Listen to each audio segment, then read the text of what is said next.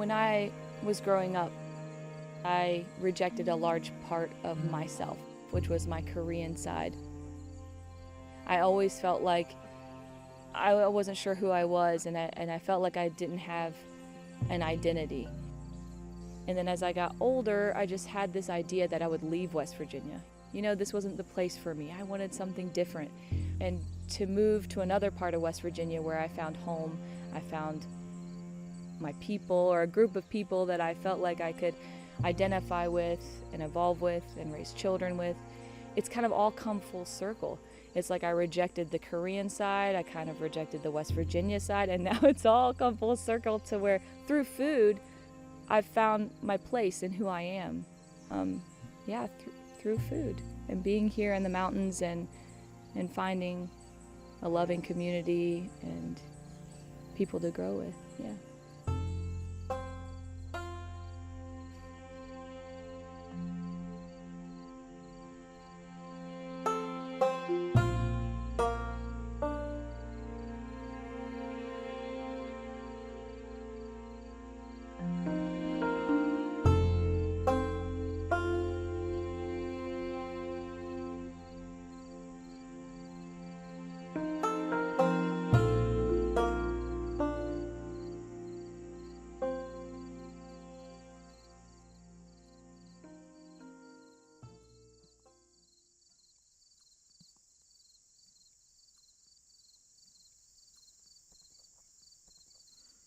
When you live in a rural place, the landscape around you influences everything. How you spend your time, what you eat, and just so much of how you live your day-to-day experience. This one comes in the basement with me. And it can inspire you to learn a lot about yourself and who you are. When that happened to Marlon, she translated all of that through food. She started growing a vegetable garden. She started raising ducks. She began foraging in the woods. And she started making these incredibly elaborate Korean meals. One of the ways that I've always felt Korean is through food. Something that was always, my Korean family was always happy about, was that my appetite was always for Korean food. I'm gonna taste it. Ho ho ho. Yeah, that's good. It's like a little sweet, salty. I can taste the jalapeno coming out. Oh yeah. When you take a seat at Marlon's table, you can feel the pride in all the food. And you'll also notice the variety. There are so many flavors and so many colors, and there might be 8 or 10 different dishes. Most of those will change from time to time. But there's one thing that's on that table no matter what, and that's the kimchi. I just have such an appetite for it. It's like my strongest childhood memory is kimchi, eating kimchi, making kimchi with my mom, tasting the kimchi soup, kimchi this, kimchi that. Even my mom talks about her belly isn't satisfied until she has Korean food, until she has rice and kimchi. And so I feel like that's in me too. Kimchi is a traditional Korean side dish of salted and fermented vegetables. And there are endless varieties made with all kinds of different vegetables, but the sort of classic version is made with Napa cabbage and typically ginger, radishes, carrots, usually green onions. And it's seasoned with ground red pepper, garlic, fish sauce, and often some kind of sweetener.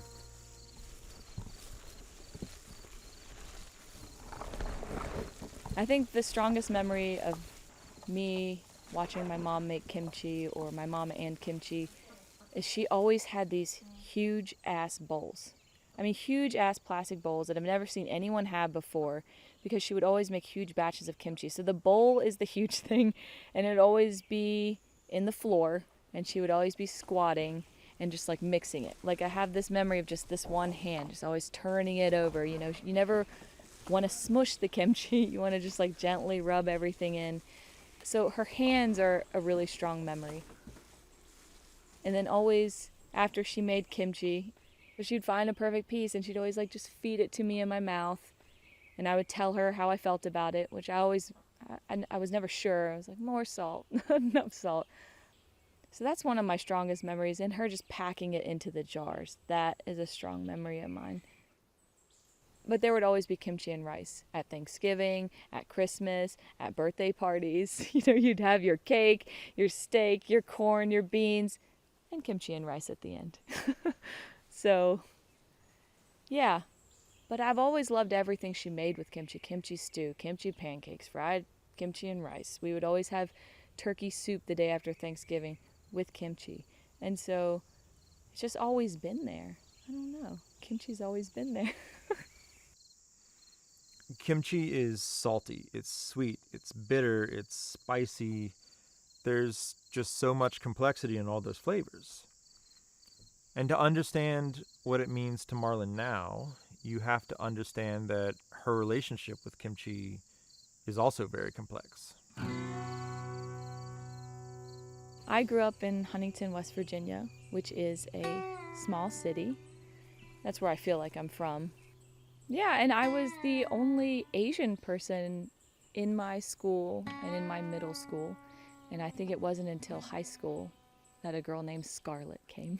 And I was like, oh, someone like me. But for the most part, it was something that ostracized me and kind of othered me. I got teased a lot for how I looked and, of course, the food I ate. So I grew up wanting to be white and not Korean and wanted to deny a lot of that part of who I was.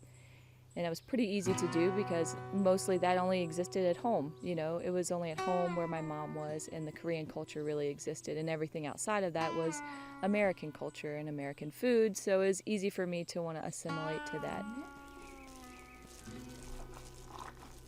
When I was growing up, my mom would pack my lunches with kimchi, and I ate it too. This is like how I grew up eating, and so taking that to school was just like a normal thing. And then it wasn't until the smell and the look of it really deterred a lot of kids, and kids are ready to like pick out things that are different. So yeah, kimchi is just like a super pungent smell. It's unmistakable.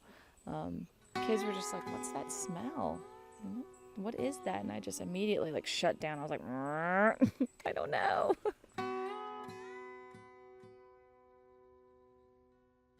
You want to find friends, you want to find your group, you want to find where you fit in. And so, people finding the food that you love to eat stinky and repugnant, you just kind of, you're like, well, I'll just do away with that. I didn't know that I could hold on to it and that would be okay. I just wanted people to accept me. And so I think I realized the importance of kimchi when I moved here in my mid-20s. Yeah.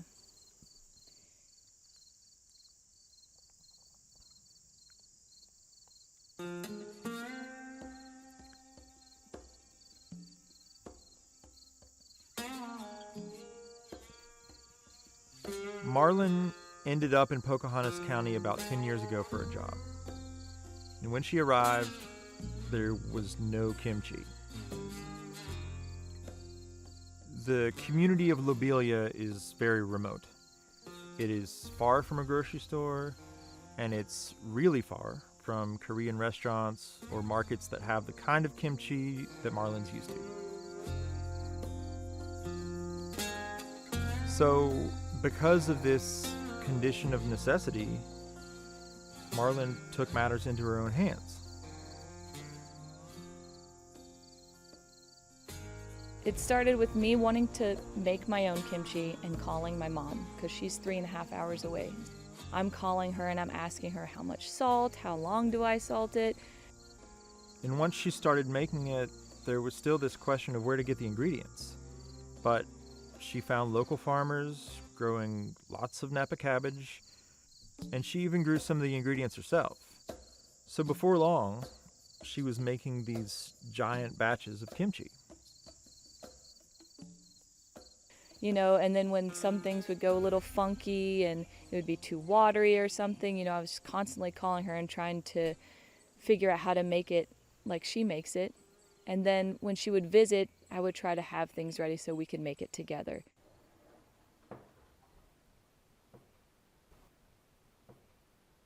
I'm really happy my mom's coming. That's gonna be nice. Yeah.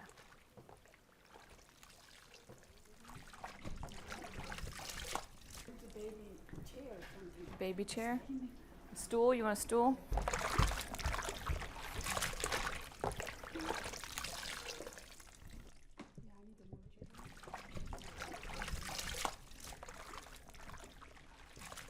So when my mom first moved here, she told me she didn't eat for 3 days because she was not impressed with American food and she really wanted her Korean food. So my dad's dad, my grandfather, was like, take her and go find what she needs so that she can eat. And so I think they went and bought some kind of pepper and, you know, cabbage, and then she started making her own kimchi.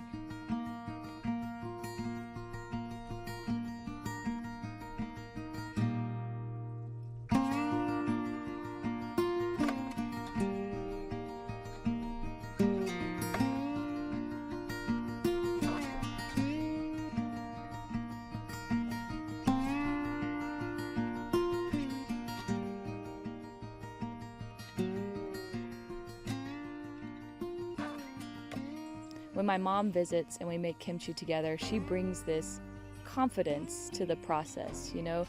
I'm second guessing, I'm questioning how much to put in. She's just like, whatever, just throw it in there. You know, anytime I ask my mom how much of this, how much of that, I don't know. Just put it in there. So I think that blend of kind of like relaxing and also like learning about the process is fun with my mom. And also she has this way of like using every last piece of everything. So the rinds of the cabbage, she's cutting them up finely to feed them to the ducks or something like, and the exterior leaves of the cabbage that I usually would dispose of and put in the compost, she's like, you can make soup out of that. We make soup with that. And so then she starts making soup. So my mom, when she's in the kitchen, I'm learning from her that it's just like a continual process, you know, and it's just like a whole whirlwind of making food.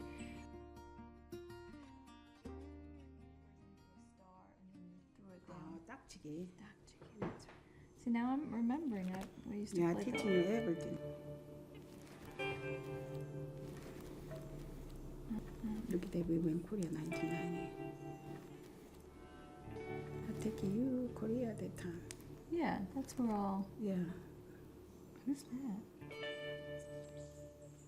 You know, I'm still trying, like as I have had children and have become a mother, I've become more curious about my own origin story and her origin story. So I'm still learning things and asking her about her stories.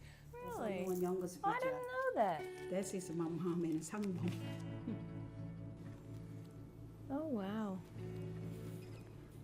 Look at you. So my mom was born in 1962, which is important to give people context because this is maybe 9 years after the Korean War. So it's not like the Korea that a lot of people see today with a lot of technology. It was more agricultural and it was more rural and it was more poor. And so my mom grew up in poverty and, you know, as the U.S. military came in, a lot of Korean women found that the United States and Western culture represented success and a bright future. And my dad was an American soldier there stationed. And so, you know, my mom met my dad in Korea and they fell in love. And she wanted a bright future for her life, something different, something more successful. So she moved to the United States when she was 23. They said they saw each other and fell in love. And so I don't know how many months it was, but she left with him and came to West Virginia. It's me. Look at Daddy. She's always had a good attitude about things, but I do remember as a child, like, watching her experience, like people not understand what she was saying or what she was asking for, or, kind of talking down to her because they didn't think she understood what was going on. And I remember that used to really hurt me and embarrass me. And I got teased a lot for being Korean. So I totally wanted to erase that side of myself for a long time. I think probably from the age of 5 to 18, I wanted my dad to drop me off. I didn't want my mom dropping me off at school. I think it was when I got to college and I started to be surrounded by more diversity in terms of people and food and ideas that I actually wrote a letter back to my mom, like crying and apologizing for this kind of like rejection of like who she was and her culture. It was really emotional because I looked back and just realized there was so much richness and there was so much connection and so much beauty in the fact that I could be from two different cultures.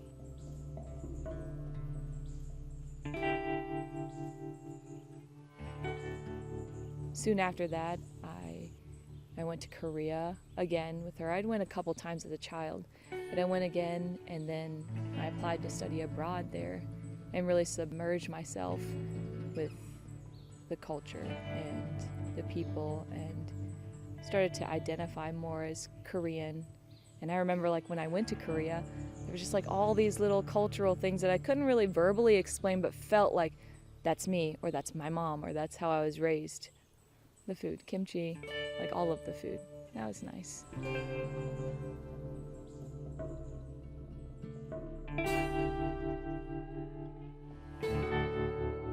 We probably eat it too much.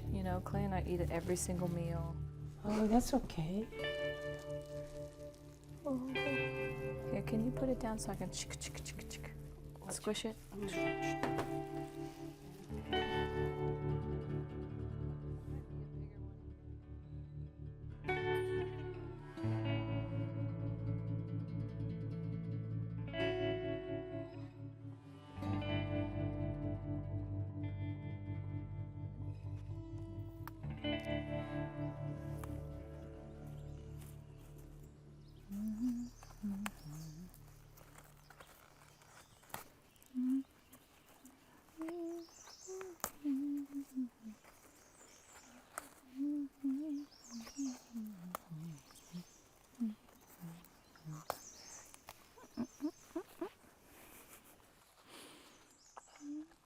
There's the sun coming through.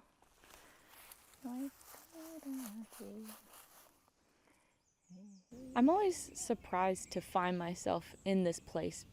I never thought that I would live in the middle, not the middle of nowhere, but a pretty rural place. And when I moved here, and the more I became closer to nature and like growing food, I just felt like I was growing this little like kernel of myself, and I felt like I was finding myself. And I feel like nature does that. I feel like community and I feel like being closer to nature really helps you to feel okay with yourself and who you are. We have a strong like inner voice or connection. Ooh, the nettledy. Learning where my food came from, learning how to grow food, to be more in nature, it really kind of stirred something inside of me that felt like something I just wanted to know more about. Like it just felt more connected to myself by becoming more connected to nature. Little pricklies all over the leaves, the back of the leaves and the stems. Nutritious plant, but very defensive, I guess. Marlon and I have been friends for over a decade. And early on, we didn't talk much about food. But over time, I started to notice when she posted online about exploring her Korean and Appalachian heritage through cooking. And so often that was about wild food. Oh, it's that little feller. That's a little something. Oh. And Marlon's a professional photographer, so at first, these gorgeous pictures of Korean dishes made with ramps or nettles or some other wild plants really caught my attention. But her words about connecting the mountains of West Virginia and the mountains of Korea really made me realize how much meaning there was in all of this beautiful food she was cooking and sharing with the community.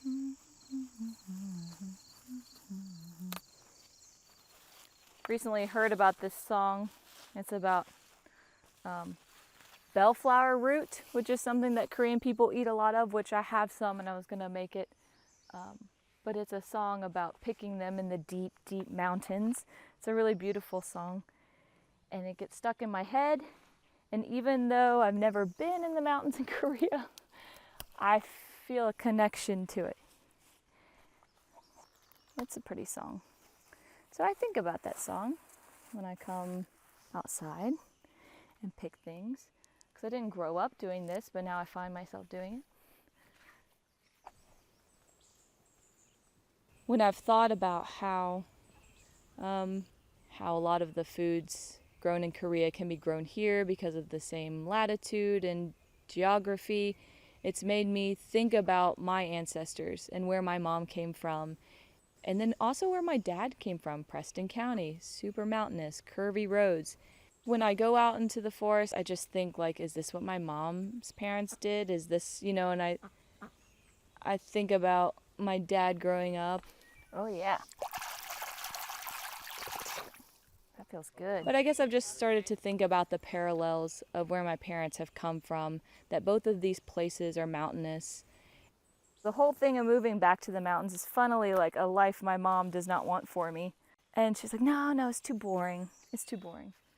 But I have found so much connection to my Koreanness through it, which is just funny.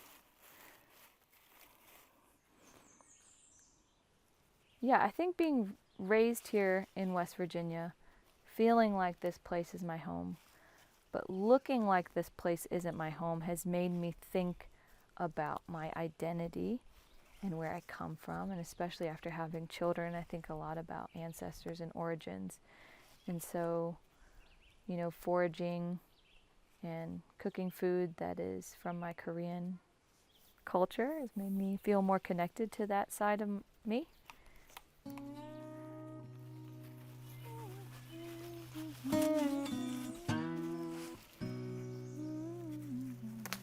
In order to make sure that my kids feel a connection to their Korean ancestry, I wanted to give them food, an appetite for Korean food. So they've always eaten kimchi, they've always eaten rice, they love everything my mom makes, all the stinky stews and stuff.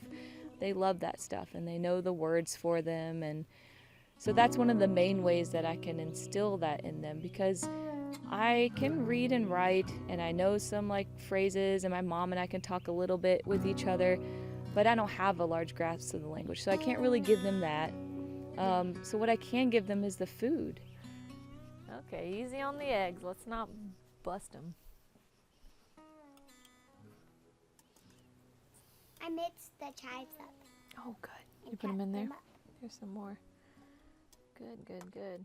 And I've tried over time to teach them little Korean nursery rhymes and stuff like that. And when my mom visits, I try to make sure that, speak Korean to them, even if they don't understand it. Just whatever little ways possible. But I think food is the main way that I can give that to them. That's going to be their connector for when they maybe go out into the world or go to Korea. They can eat with people. They can share food, right? And that's how we connect to people, is through food. That's one of the ways we can traverse, language and any kind of barriers through food. And food is a huge way that people connect here. The potlucks and going over to each other's houses for dinner is a way that people, I think, kind of drop everything and just meet as humans. So that's something that really impressed me, meant something to me. I don't think I ever found a community that I felt connected to before I moved here. Over time I've had to be like, oh yeah, this is something to be proud of. This is something that I can share with people. People do like this. It does taste good to other people. And so as I've learned to make more things from my mother and from, various other Korean chefs or cooks, I've started inviting my mom up to help make these bigger dinners. Those have been like opportunities to challenge myself to make more Korean dishes and to also like further this connection with my mother, something that we can share. And if you've ever met a Korean person, they will always offer you food. From the time you walk in till the time you leave, are you hungry? Here, try this. Here, try this. It was always like, how like in other cultures you say like a bon appetit or something like that. Korean people say 많이 먹어. So it's like eat a lot. That's like how they tell you to like start your meal. Like eat a lot, eat. And so that's something my mom has always done. And we don't have a lot in common, but food is the one thing that we do have in common. So as I've learned more how to make more Korean food, and she's come to help me make Korean food, to help me make these dinners, we've just grown closer together, and we talk about it. And like this morning she told me she was very proud of me. She said, I've never tried to make a lot of the stuff you've made, and it all tasted really good, and I'm really proud of you for doing that. And that is not a common thing for a Korean mom to say, or my Korean mom to say. So that made me feel good. So over the years, as I've learned to make Korean food, she's taught me what she's known. Yeah, we've just grown closer. We laugh, we cook together. She comes more often. And then, we satisfy our bellies together. So we've grown closer.